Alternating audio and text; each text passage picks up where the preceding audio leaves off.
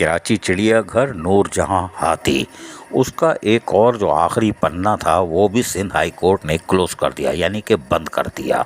बोला ये क्या लेके आए हो, इसलिए कि एक पटिशनर थे जो कि इमरान अजीज़ एडवोकेट, उन्होंने एक दरख्वास्त दायर कर दी थी कि भाई इसका पोस्टमार्टम ऐसे ऐसे हुआ है और ये हुआ फला हुआ। हाई कोर्ट ने सब कुछ देखा और उसके बाद 18 मई 2023 यानी कि कल बाकायदा इसका फ़ैसला दिया।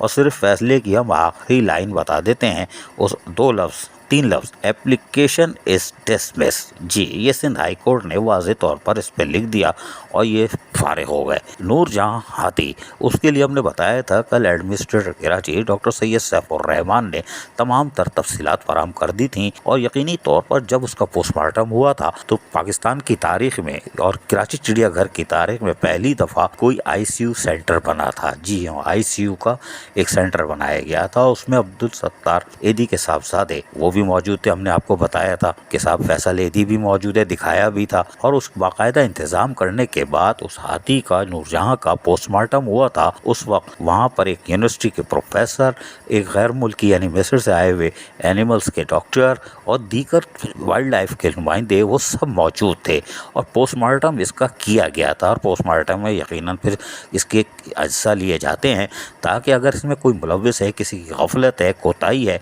तो उसको सज़ा दी जाए। लेकिन पोस्टमार्टम का जो मकसद था उसको अमली तौर पर अमल दरामद करवाया गया और वो सबके सामने था, यानी कि फिर बाद में मीडिया को ब्रीफिंग दी गई। और इस हाई लेवल का एक पूरा, जिसमें बैनुल-अक़वामी डॉक्टर्स जो थे वो भी वीडियो लिंक पर मौजूद थे। इस तरफ मधुबाला, यानी वो मधुबाला को तो एक तरफ रखा हुआ था, नूरजहां का पोस्टमार्टम हुआ था। ताहम ये पटिशन दायर की गई थी, इसको हाई कोर्ट ने उड़ा दिया। और नूरजहां के सिलसिले में जो आखिरी पन्ना था, जो कि वो भी सिंध हाई कोर्ट ने उड़ा दिया। सिर्फ 3 लफ्ज़ हम आखिर के फिर पढ़ देते हैं, application is dismiss. Aziz Arif, KBS बल्दियाती न्यूज़ कराची।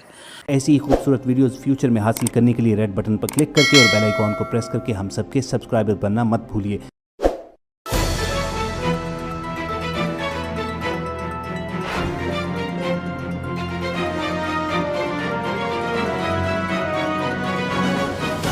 KBS बल्दियाती न्यूज़।